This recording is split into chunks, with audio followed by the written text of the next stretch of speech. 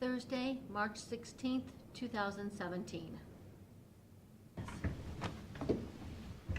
pledge allegiance to the flag of the United States of America and to the republic for which it stands, one nation, under God, indivisible, with liberty and justice for all. So did we make the revisions to the minutes? I haven't seen them. No, So we're not going to approve any minutes? no. Well, no, I. We can approve the minutes. We'll approve the minutes that I sent out a few days ago, which would be for the 16th. Is that the ones I asked you No, about? that was the second, No, we haven't talked about that. Okay. 2nd of March, that was. 2nd of February, What? Yes. Which minutes are these? 16th of February? yes. Okay. And I didn't have, that wasn't the one I was referring to? No, No. but I did send these out to you a couple days ago to look at. So we're approving the 15th, 16th. February 16th. 16th, so moved. Second. You looked at it? Okay. Mr. Monahan? Yes. Mr. Old? Yes. Mr. Shenango? Yes.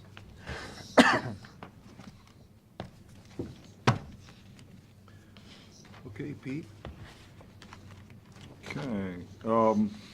We did get the latest sales tax numbers, so I printed that report off and gave that to everybody. It's in your box. Probably didn't look at it How did we yet. make out? Oh, we did all right. It was a 4% increase from the previous year. But according to the budget numbers, that's through 3/4 of the year, or a quarter of the year, we're just a little over 0.5% above the budget. You know, one say the next month is bad, well, we're right back to being flat, Okay. budget-wise, so.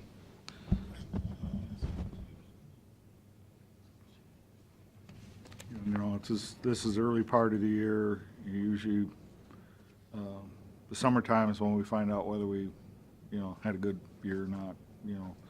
Just like last year, the first 6 months out of the year, we did really good. Summer didn't really do that good, so the bottom line wasn't where we expected it to be. So that's how that can play out. I'm sure if you're not aware, we had a little accident up here yesterday.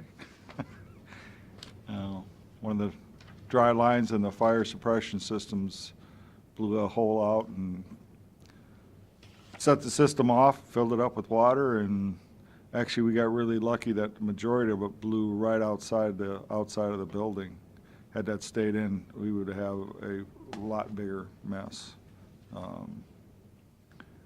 Depending on where we go, again, we could declare this an emergency if we see that our repair expenses are going to be more than $50,000. 50,000?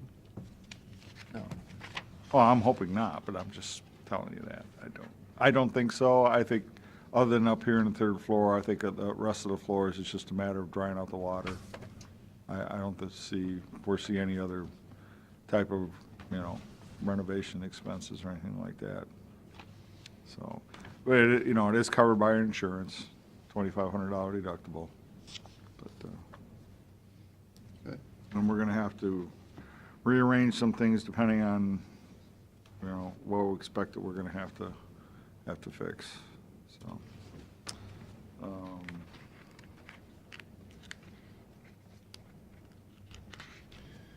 Last week I worked on, I presented a first draft of our travel policies.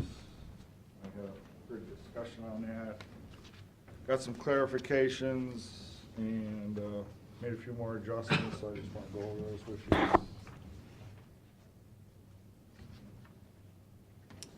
Again, because we didn't have the availability of our color copier. Changes, hopefully you can see that they're kind of a little gray. This is where we made the changes.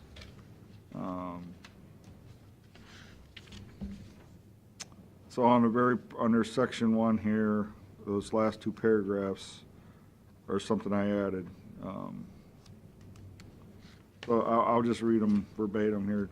Due to the current and anticipated future fiscal constraints, it is in the county taxpayers' best interest to make a concerted effort to reduce these costs. Elected and appointed officials should be evaluating and determining the relative value of these expenses to the real need of their respective operations. So Pat, I think that was that language you were saying, well, wasn't sure how to say it, but No, I that's think what I did. It says it. Okay. Then the next one is highly encouraged that multiple persons do not attend the same event. As long as the event content is the same, the approach should be for one individual to gain the knowledge and pass that along to their coworkers and/or subordinates. So in other words, not sending multiple people to the same seminar. Makes sense. Okay.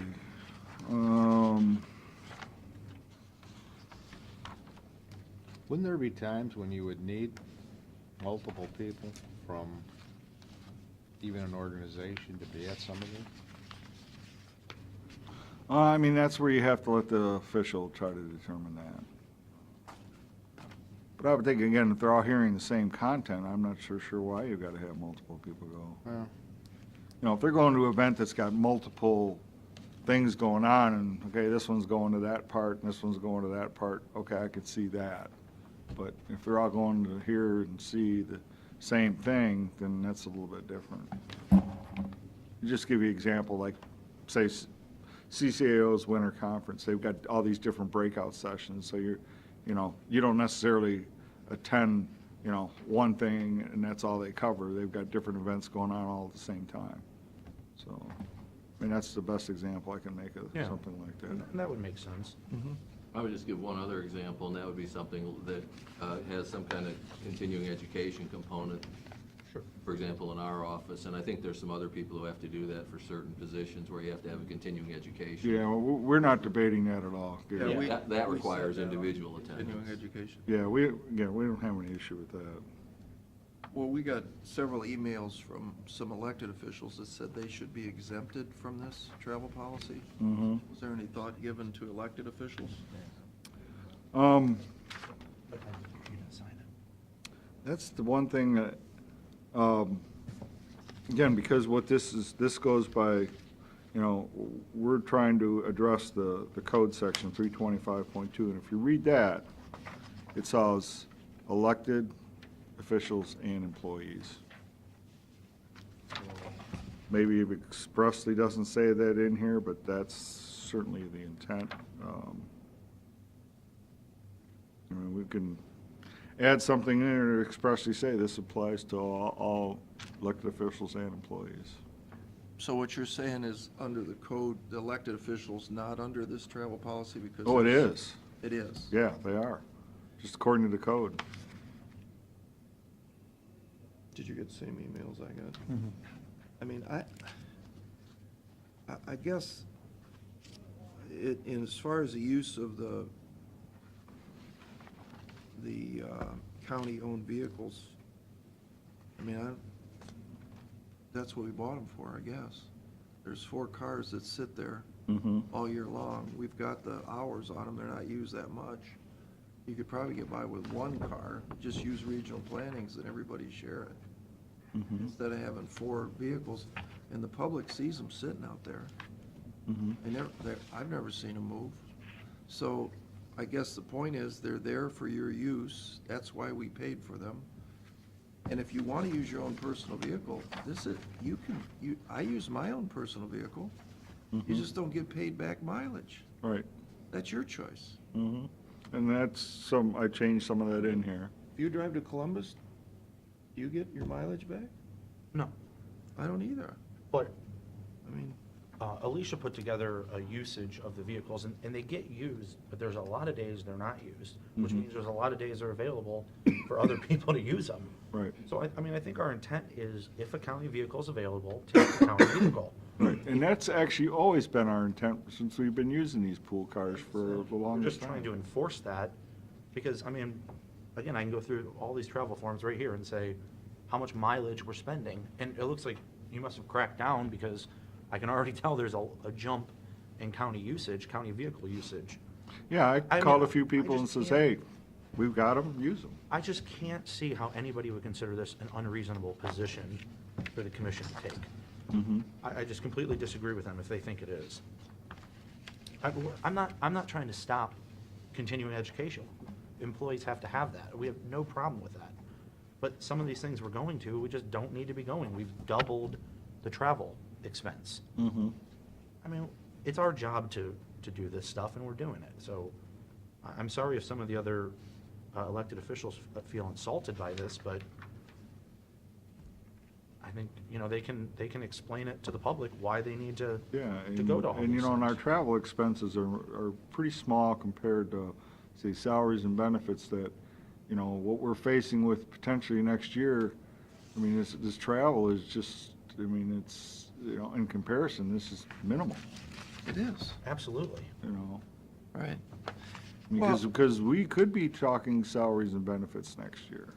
Which is what we're People. trying to avoid. We're trying to avoid that. Right. Exactly. That's what I don't think they're understanding, is that in the end, we're not looking at travel and benefits. What we're looking at is to change the entire mindset of everyone and look at these individual things. And the greatest example was the department, who I won't name, that went from 3,000 to 4,000 to, was it 7,000? Yeah, 7,000. And then they come back the next year, and the 7,000 was just a one-time deal, right? But then the following year, for this year, they asked for 8,000 or 8,500. That's the problem, is that it keeps going up and up and up and up. It never goes down. Mm-hmm. And what we're asking them is just look at a couple years back. Yeah. See how many, as I keep saying, how many pencils do you really need, when you're talking supplies? Yeah, I mean, we're trying to really look at this as, I want to say, more of the big picture than the little picture. This is just a little piece of it. Right. And it's fascinating to me that out of the submitted budgets, we've cut $1 million. And I've heard more about travel, which is $80,000, than I have about the million. Mm-hmm. I just find that to be a fascinating dynamic. This is quite interesting. Right. I mean, I think the members in the audience here probably don't want to fund taxpayer-funded travel for elected officials to travel around the country and to different places. I think I'm on the right side of this issue, I'm guessing. Right. Okay. Yeah, maybe they're not understanding, Pete. Maybe that's what you need to make them understand, is that you have the right to drive your own car anywhere you want to go. Absolutely. It's not a problem. And if We're we just go not gonna through pay here, you it's to do it. spelled out here as It we is. go through this, yeah. I will go through that. The next part is change, if you get on to, into Part 3, Section A, mileage. What we change here is, please, again, where I said, the Board of Commissioners have pool cars available. Please contact the switchboard operator to reserve one and making the use arrangements. Reservations will be on a first-come, first-served basis, but will be prioritized by distance. These can be taken home at night before the event if practical purposes dictate. If so, please inform the switchboard operator upon making the reservation, along with the date and time the vehicle will return to the parking lot. Please be considerate of the next driver and fuel the vehicle upon return, which we already actually have right on our forms, and that's been on there forever, but just stating the obvious. Next part, mileage reimbursement for a personal vehicle is only allowed if there are no departmental or pool vehicles available on the event date. So we're saying, we'll pay for mileage, but just make sure that we're using all our resources that are available to us, essentially. And if those are used up, then okay, we'll pay for your mileage. There's no reimbursement for mileage if the choice is made to use a personal vehicle when a county vehicle is available. Right Right. there. Okay? I see nothing unreasonable about this, and I'm surprised these weren't already in place. That, it really has been the way we've really been trying, the unwritten rule that we've been trying to operate under, use a pool vehicle. And, it's not available, okay, we'll take your mileage. Yeah. Yeah, I even told JFS, I says, hey, I know you've got vehicles, and sometimes they may or may not be available. We have them out here, come and use them. So I already signed one of their employees up for use, one of our pool vehicles. Yeah, absolutely. So. Should we? And, if you've got to leave in the morning, come out here and pick it up in the afternoon, take it home, and you can leave from home no problem. Simple. Simple. And when you drop it off, your car will be here. You just switch cars and fuel it up and then switch cars and go on your way. That's it. So, I saw one of the travel requests went through for a webinar. Why are we still doing that? Because I hadn't changed the policy yet, I still let that go through. But other than that, But that's once you guys sign these, we Yeah. won't put those through the I meeting don't anymore. need to know when people are going to webinars. We're not gonna do that anymore. Okay. So, I'll go over it again. These are ones I changed last time, which you already saw again. Under Part 3, Section B, meals, hotel motel room service is not available. So you go on here to D, Section D, registration fees. Again, I put that part in about what we just talked about. If you're doing webinars and stuff from your desk, that we're not doing these forms. Because that doesn't fit into what the revised code says. This is out-of-county travel. Yeah. This is not out-of-county travel, so we're not gonna do that.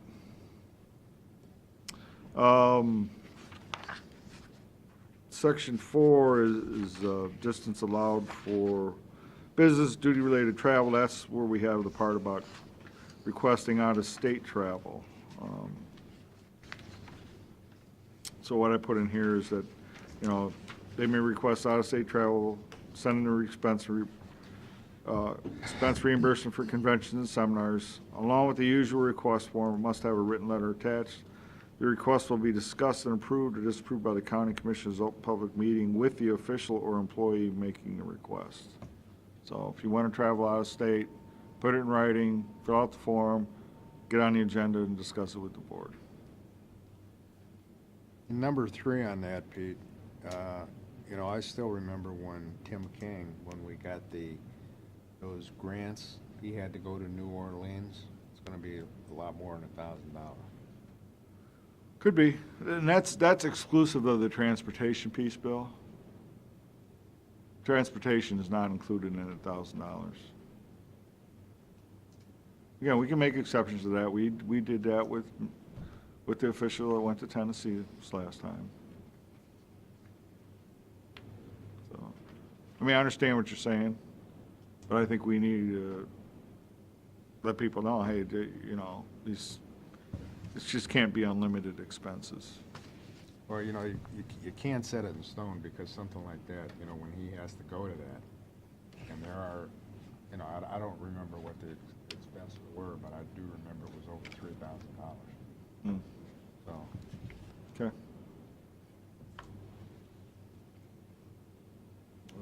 Any consideration of changing that or not? I like it. Seems fair to me. Matt?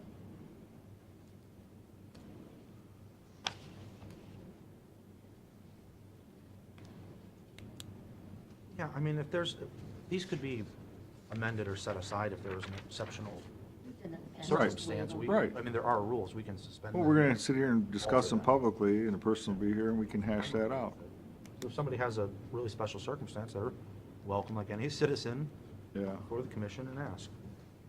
yeah, we do get these, there are things that you'll get some federal grants where, somebody's gonna have to go to some special training, and it's Yeah. not here in the state of Ohio, and, Sure. and usually the grant will pay for it, so. I might suggest that you put in kind of a catch-all possibility of an exception in extraordinary circumstances, just so that it's reflected in here, because I don't think you want to be in a situation where you're waiving this on any kind of regular basis. It doesn't provide in here for it to be waived. So you might want to consider just putting a sentence in that, kind of on a case-by-case basis, in extraordinary circumstances, it could be presented to the commissioners for possible exception. So add number 4 That's to that. That's real clumsy language I just used. Something to that effect. I don't know if you want to express that in here. If there were a situation kinda where say you're that getting a now? $100,000 grant, but it's going to cost you $3,000 in travel. Sure. There's going to be, maybe there is something that's Yeah, we got a large grant, I forget who it was from, but he was required to be there at, Yeah, it was either the NIP or the lead, one of the, or both of those. yeah. Well, the fact that we're having a person come in here and discuss it publicly, I think that, Yeah, I mean, I think you can always, when you make a policy, you can unmake a policy. right, exactly. Well, I think that was your point, to, if they come in and talk, Yeah. Yeah, maybe there's a Add an perfectly good exception. reason. right.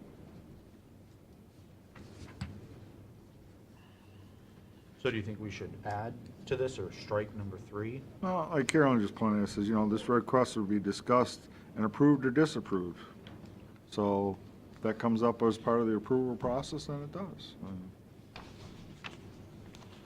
think- So what you're saying, Gary, is add like a number 4 on that? 1, 2, 3, and then add 4 with the, Well, I guess you don't necessarily want to invite people to look for exceptions. True. I don't think, it doesn't hurt to say that there's a possibility of an exception, because you're still gonna make the decision on a case-by-case basis. Yeah, You know, again, you don't want to invite that, but I don't think it would hurt anything if you acknowledged that there could be an exception under the appropriate circumstances.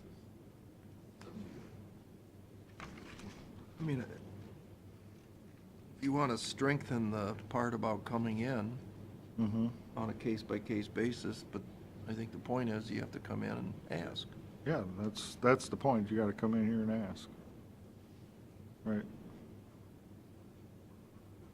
Maybe just put it in that area where you're talking about you have to come in and ask for it, and any exception, and justify any requested exception or something. mm-hmm. Yeah, if you guys want me to add some language, I can. Now, you're referring to out-of-state? Anything, Re- any return to exception anything. whatsoever. Well, I don't think we're tying their hands, that you've got to come in and ask, no different than you ask right now, right? The difference is, one person, use pool car, can still drive your own car. Right, but It's not for gonna get example, paid you're for it. limiting to $1,000. This is all- We just looked at. And this is just out of state. That's just out-of-state. This That's is just for, That's just out of state, that's it. But it says all business/duty Travel related and- except transportation, which is gonna be, I guess, yeah, that is under B, under out of state. Okay. Yeah, I mean, we're saying CMU credits, we understand, you gotta do. A lot of these things you gotta do. do you just wanna add the word "and lodging," except transportation and lodging? And then it's $1,000, I mean, that's meals, what else, I don't know. Registration. fees, Registration, Material kind of stuff. and I hope we're not You wrapping know, up. local transportation like taxis or stuff like that. I mean, I'm fine with putting in what Gary suggested, it doesn't matter to me. But in principle, I'm happy with this. So you want, as far as this out of state, say except transportation and lodging? Isn't that kind of what you were getting at? No, actually, what we're getting at there is pretty much like your plane tickets. Oh, okay. Well, That's really what that's getting at. So under this, you couldn't be able to spend more than $1,000 on food and lodging. Right, What about the fees to get in? yeah, that too, Well, that would be under, in the 1,000 too, yeah. the way this is written. Well, then why don't you just add a sentence, unless previously approved by the commission? At the end of that, and be done with it. That gives I'm them fine with that. the flexibility to do what they want to do. And that's what you're suggesting, right, Gary? Yeah, just, I'm not suggesting there be any, like, exceptions in advance, simply allowing for the fact there could be an exception under extraordinary circumstances that you present and convince the commission Yeah. somehow Yeah. it's justified. So by adding the sentence, comma, unless previously approved, doesn't that do it? Yeah.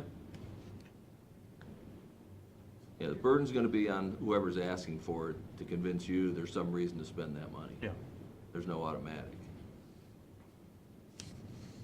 Yeah, I mean, we just say, maybe reimbursed unless So maybe here, reimburse unless approved by the board. I mean, that And just, previously approved covers them from coming back and saying, no, I had to yeah, I don't want to do that. take a limo. Yeah, I don't want to say it previously, no, I just want to say as approved, say, during this Well, previously approved would be before they go. yeah, They'd have to submit 320. their reasoning ahead of time of what money they need. mhm. Yeah. So here's a great example.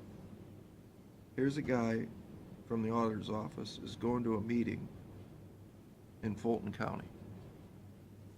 He's using his personal vehicle, charging $80.10 to get his money back.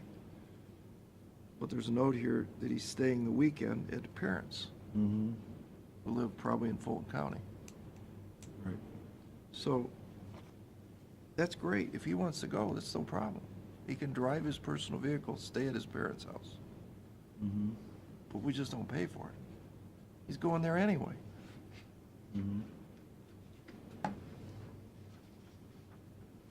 But Well, you're that's, gonna use a that's pool what, vehicle. that's why I didn't want to use, Gas if you that's take- why I didn't want to use a pool vehicle, because then it'd be using the county vehicle for personal reasons, which is not But then he gets allowable. the side of the thing of staying at his parents' house of using the vehicle for unofficial. Well, yeah, but he can't do that. He's got to bring the pool vehicle back. So it's his choice to use his personal vehicle. That's fine. He can do that. He can stay all weekend, stay all week. I don't care. But that's his choice. Isn't that fair? I mean, I don't mind spending $20 for gas to drive down to Columbus to have my own vehicle there. Mhm. And I can do what I want. Stay as long as I want, do whatever I want. Yeah, that's why I do it.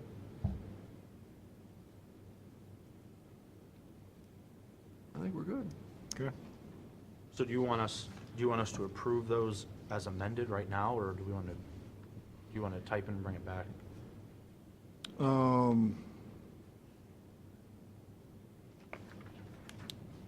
I mean, I think well, since it's a separate page and we already know what I'm gonna kind of change, unless you want to see the wording I'm gonna use. I mean, I think the only thing I'm gonna do is just, on this number 3, just say, up to a maximum of $1,000, maybe reimbursed unless approved otherwise by the board. And that's all I'm gonna do. That's all I was gonna put in there. I move we approve these as amended. Actually, I have a resolution. Oh, okay. Even better. And there's a signature page on it that I did not catch, so when you approve that resolution, there's signatures that are going to be. So what's going to happen to all these right here where they're using mileage and they're traveling March 22nd? We approve it today, It's not effective until April 1st. Yeah, that's what the resolution Okay. says. because I see a lot of these people at JFS are crossed out personal vehicle, right? And they're using county vehicle. Mm-hmm. So you don't get 45 cents per mile for county vehicle, right? So Right. that one's got to be fixed. Oh, okay. Where they had we fixed it down here. We just. Yeah, just Oh, don't- just on that one. This other one's fixed. I missed the one. Yeah. Oh, sorry about that. You know, they got a little bit of an issue. I mean, they're gonna try to use their cars, but they never know if one of the social workers has to go somewhere for, one of their kids in custody, and Yeah. next thing you know, the vehicle isn't there. Yeah, but then they can always come and get ours. I mean, like Angel, I know she's going to somewhere. She should come get one of these, not take it from Which I social. changed on there. But, I'm saying, like, if you Yeah. know you're going to a conference, come get one of these cars. I feel like we spent too much time even talking about this. Yeah. Sorry, guys. I noticed there was two of hers that weren't changed. Look through those again, because I Take think that here, some of them the one did here. and some of them didn't. Again, this is one, she's either gonna, use the vehicle if it's available. But she So- doesn't know. They don't know till the, But you they have to won't. encumber that amount, because otherwise they'd have to do an amended form. So Okay. the most it would be is with the mileage. As long as they're gonna market their, hey, I'm gonna take it if it's available, but they just don't know at the time. Over there, I'm okay with that. Okay. So is that bad? But for the managers over there, they need to come get these cars. They need to be in that rotation, I think. If they're pretty sure that they're not gonna have one of theirs available, absolutely, you need to come over here and grab one of these. So I can just see, oh, no, we were worried about it, so we just took our own car. I mean, I mean, it seems like it's mostly the managers that are. am I Other right? ones that I mean, travel, they're- yeah, I they're the mean, ones that are submitting that's the what I form. noticed too, that's true. So it seems like the workers are taking the vans. I see them driving around all the time. Yep. So, I mean, I think if you know you're going somewhere, just call Alicia, get in the pool, and rock and roll. And you can take one of their vans if it's available and leave this here. I don't care. Right, I don't know. okay.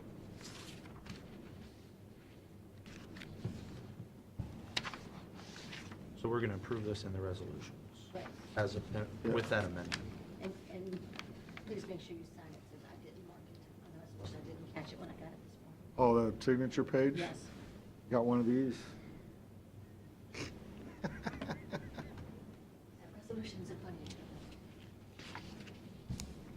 I don't have that, here there.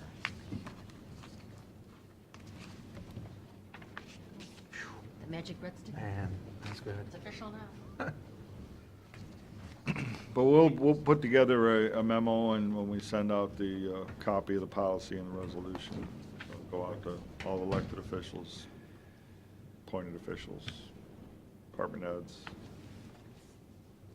I don't think anybody's gonna have any problems with this.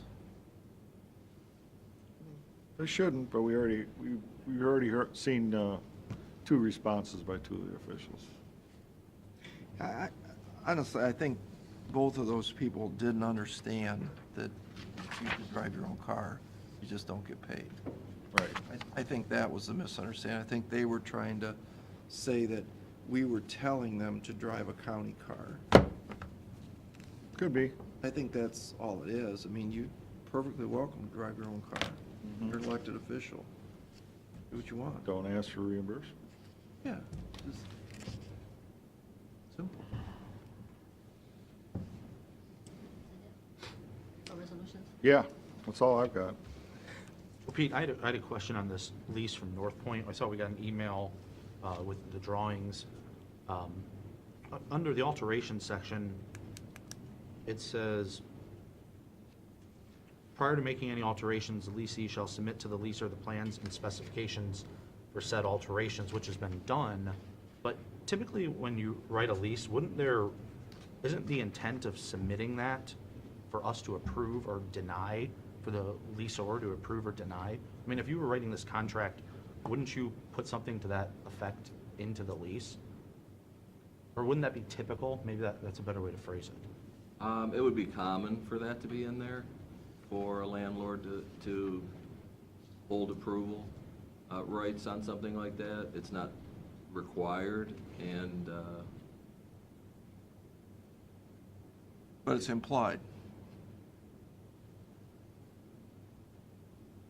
I probably can't agree that it's implied, because I think that would have to be something that's expressed. I think you have to say that, because it is typically in a lease. If you want to have that right, you typically would put that in the lease, and the fact that it's not in the lease, I don't think it's going to be implied.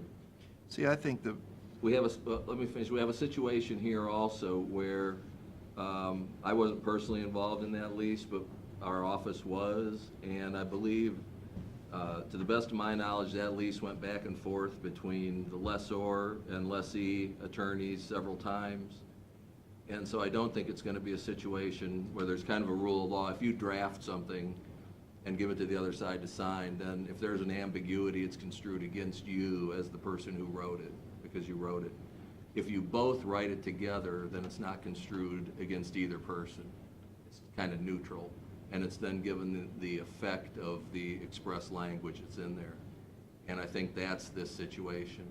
I think it would probably be interpreted as, if you wanted it in there, it would be in there. well, the The problem, fact that it's not in there would probably prevent a court from implying it, because the court's gonna look at the express language. If it's not ambiguous, the court has to go by the express language and cannot imply anything if there's not an ambiguity to start with. That's the starting point. There has to be ambiguity before you can imply. Well, the ambiguity is that the leasing may make such alterations. Prior to making such alterations, the leasing shall submit. That's where the ambiguity is, because in the end, that, I've done this my entire career, and there's never, ever one time language like this that says you can make the alterations, but yet you need to submit plans for the alterations. What normally follows in any real estate lease, shall not be unreasonably withheld, but the most important part of this is that in the end, the person leasing the building has the right to say, you will put the building back in the condition in which you found it. And what that prohibits, and what we have to be careful of, because this is a taxpayer asset, is that, for instance, you take a wide open building and chop it all up into a bunch of doctor's offices. Our building's value is worth zero, because at the end, you were gonna have to undo it to put it back. There's undue strain put on our heating system, our air conditioning system, when you start taking a system that was designed to heat a big open room, and you start running a bunch of flex ducts off it, that puts undue strain onto our equipment, which causes it to fail. And so I think there's so many things that are involved in doing alterations. That's why normally in a lease, the alterations section is 2 pages long, not 2 sentences long. So I think in the end, and then I think then you get into the whole situation, was the lease even done, correctly? As you know, I was adamantly opposed to the lease because of the very reason that the lease doesn't make any sense, and it's not to the taxpayer's advantage to basically give the building away for free. And I think in that point is we need to be careful that whatever alterations are done don't damage the taxpayer further. So I think that's all I got. I think we need to think about this a little bit Well, more. and I want some clarification on the utilities portion, because I think in Mr. Crook's email, it said the air conditioner was not working. Is that accurate? Condenser in the back, I understand. So Pete, Gary, based on this, we have to pay for that, right? I believe the provision was that the lessor, being the county, assured that that things like the air conditioner worked at the commencement of the lease. Was there an inspection done of the building prior to signing this? Did anybody check the roof? Did anybody check anything prior to signing this? I don't think so. The Board of DD staff told us that as far as they knew, everything in that building worked. That, we took their word. Yeah. So when we hear the roof's not functional, we're gonna have to pay for that, Yeah. and anything else. Okay. Well, it would have to be at the commencement of the lease as of January, that it wasn't working in January. Okay, and then it says here, we have to divide the utilities. The leasee shall have this be solely responsible for changing the utilities. And then it says, the leasee shall be responsible for 1/2 of the cost of separating the following utilities: sewer, water, and electric and gas from the main building. But said cost is going to be capped at $12,500. So they're responsible for half, up to $12,500, and then the county's on the hook for the rest. Through the Board of It would DD. cost more than $25,000 to do that, It's gonna cost $100,000 to do that. to separate putting different new meters in. Right. It's gonna be pretty expensive. So the taxpayer is gonna pay the difference between $12,500 and $100,000 for a lease that generates $36,000 a year, capped with no inflation. Does that make sense to you? I think if you want my legal opinion, we probably should have an executive. No, I want your session. taxpayer opinion. All right, I don't care about your legal I don't know. opinion. If in fact it would cost $100,000, Well, that you can. if that's the assumption, then yeah, that's not a good deal, but I have no idea what the separation entails. Well, luckily, you're talking to somebody that does. That's right. So, I think in the whole thing that, I think there's so many question marks in this lease that need to be addressed before we approve any plans. I think we might want to get additional counsel on this. We can talk about that later. I just wanted some clarification, that's all. Those are the only questions I had.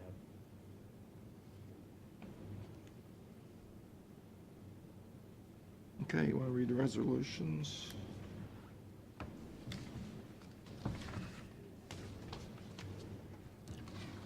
Resolution of the biennial agreement with the State of Ohio Department of Transportation. Second? Mr. Monahan? Yes. Mr. Old? Yes. Mr. Shenigo? Yes. Payment of Cuyahoga County Medical Examiner for services provided at the coroner. Second? Mr. Monahan? Yes. Mr. Old? Yes. Mr. Shenigo? Yes. Payment to Walter Stevens Jr. for supplies provided to the sheriff. Second? Mr. Monahan? Yes. Mr. Old? Yes. Mr. Shenigo? Authorizing the drawing of warrants and payments of amount due upon contract or award. Second? Mr. Monahan? Yes. Mr. Old? Yes. Mr. Shenigo? Yes. Agreement with the Erie County Common Pleas Court Juvenile Division. Second? Mr. Monahan? Yes. Mr. Old? Yes. Mr. Shenigo? Yes. Entering into an agreement with Kevin H. Loving, DBA and other project.com. Second? What is Mr. that? Monahan? Yes. Mr. Old? Yes. Mr. Shenigo? Yes. Just a second, Bill. What this is a list of employees out at the nursing home that they've been on the books as PRN, as needed. Haven't used them for the longest time and don't expect to use them, so we're just doing a listing to take them off of the books, as opposed to doing an individual personal action form for each one of them. Okay? Okay, Bill, go ahead. Right. Yep. Resolution of the Board of County Commissioners of Erie County, Ohio, for the purpose of amending out-of-county travel expense request and reimbursement policies effective April 1st, 2017. Second? So that's what we're talking about now. We're talking about the travel policy. Yeah. Yes. Mr. Monahan? Yes. Mr. Old? Yes. Mr. Shenigo? Yes. And I should have a motion to award It was there. project to WSOS. I think it is for Yeah, I saw something in CPG there. Consulting. Yeah, it's for the CHIP program. Okay. So moved. Second? Mr. Monahan? Mr. Old? Yes. Mr. Shenigo? Yes. I saw that somewhere. Myself, too. There's somewhere, I think. Maybe two might have got pinned together here. What's the Do we name? have a motion to adjourn? Is there any public comment? I kind of got something. Okay, I know the school, North Point, it's for children with behavior problems or special needs. We pay taxes for the everyday children to our schools. Why can't we pay a little bit more for these kids? I mean, you got parents, you got really got problems. We are blessed that we have normal children. But what about the people who don't?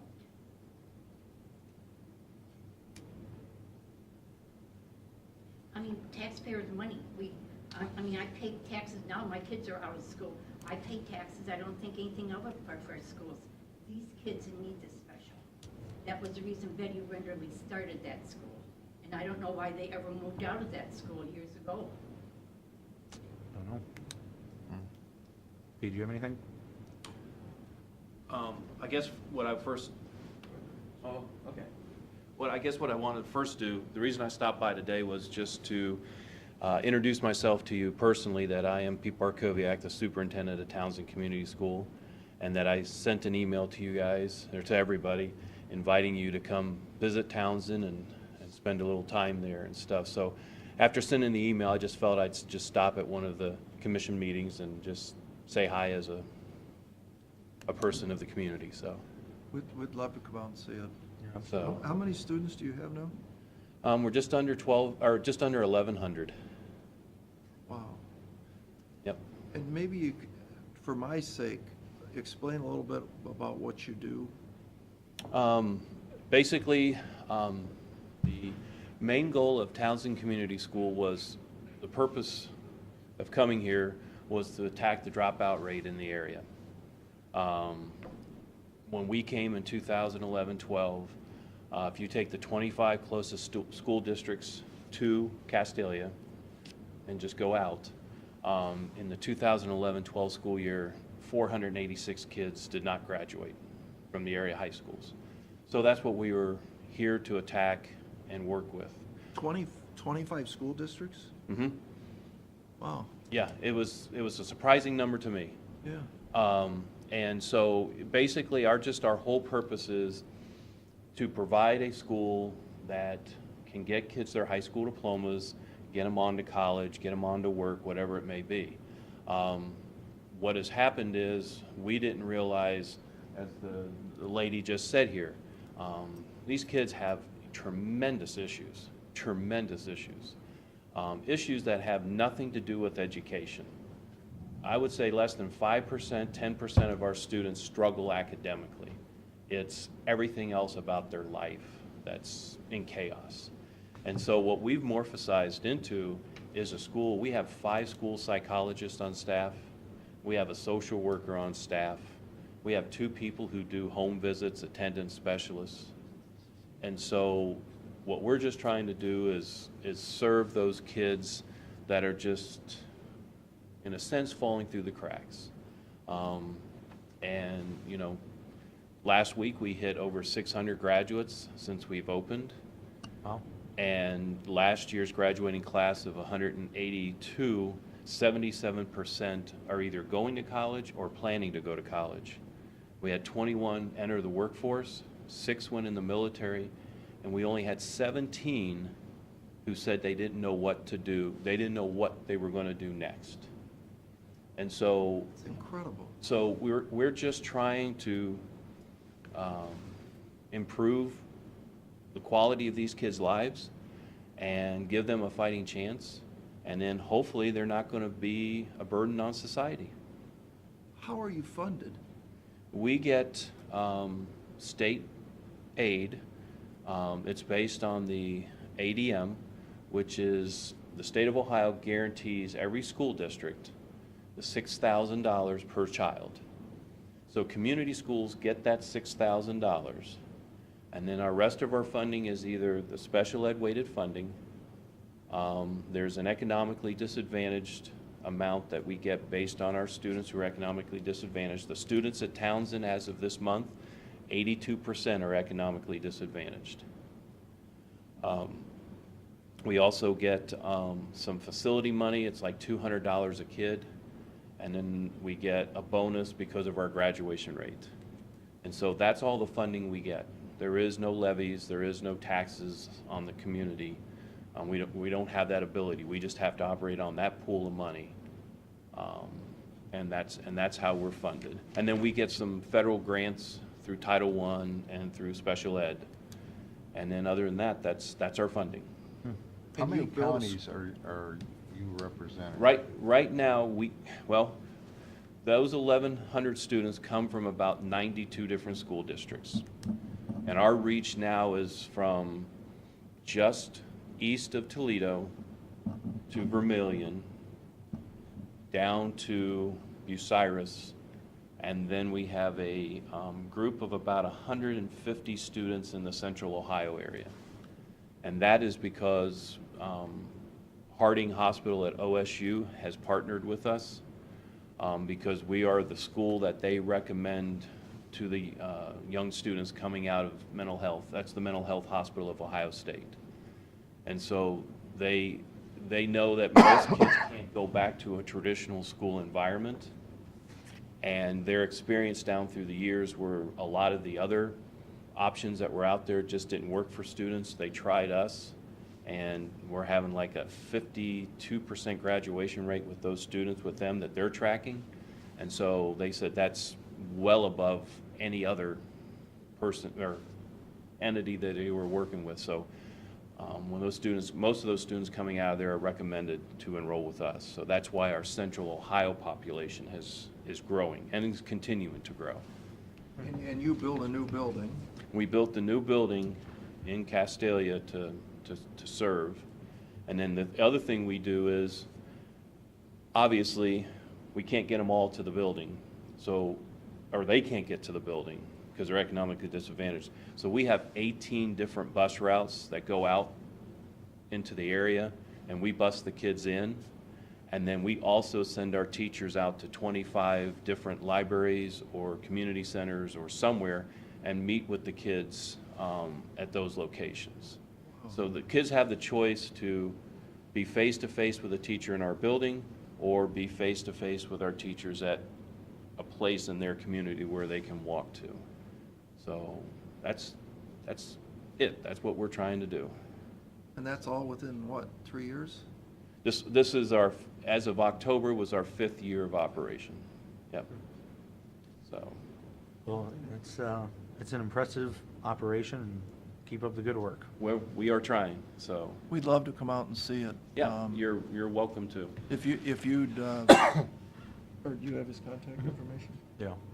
Yeah, so, but I just want to just take a few moments. That was longer than I wanted to take, but you were asking questions. I Yeah, wanted to no. answer them for you, so. Yeah, thank you. Yep. I appreciate your time. All right, thank you. Thanks. Thank you for the opportunity. Mr. Shenko, you had mentioned that it's not to the taxpayers' advantage to give the building away. Were you one who supported giving the health department a building for $1? What building? The building they're in. That was their building. But did you sell them the building for $1? They already owned the Did you building. give it to them for $1, sir? I absolutely did. You didn't support giving them a building for $1? I did. Did. Is that giving the taxpayers dollars away? You mean the health department that serves the taxpayers? The We serve the schools, under-advantaged schools, taxpayer? the community, yes. Yeah, Taxpayers. the underserved health needs of our community, that same person. Remember, that health department's been in that building for as long as we can remember. That's not a new building. That was one that they were already there. They took over all the maintenance costs in the building, so it was a win-win for us. We no longer plow the snow, do the janitorial, pay the electric, pay the gas, pay the utilities. We no longer are responsible to replace the roof. We no longer are responsible to replace the heating system. That's all on them from now on. And by the way, when they do the improvements, they're responsible to pay the improvements. So this was a great deal for the taxpayer to have them take over that building that's probably 60 years old. Okay.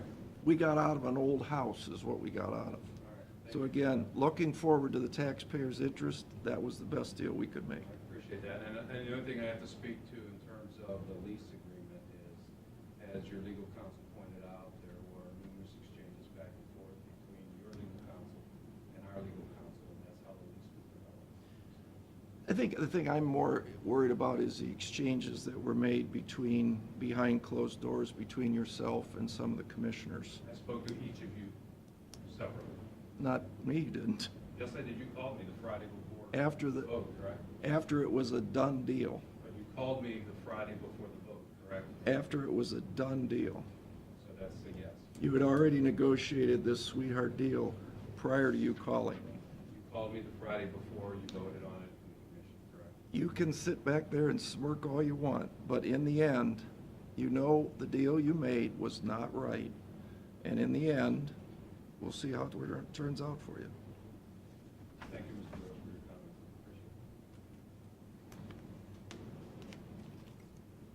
it. Move we adjourn? Second? Mr. Monahan? Yes. Mr. Old? Yes. Mr. Shenko? Yes.